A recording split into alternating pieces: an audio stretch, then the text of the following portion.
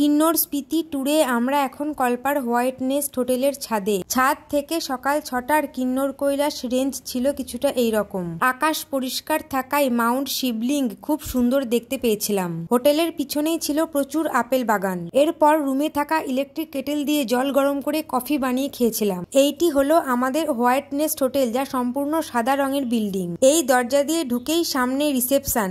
অতীতকালে কল্পার golden অ্যাপেলের চাষ ছিল পৃথিবী বিখ্যাত, কিন্তু সময়ের সাথে তাল মেলাতে গিয়ে এখন কল্পায় রয়্যাল অ্যাপেলের রমরমা বাজার।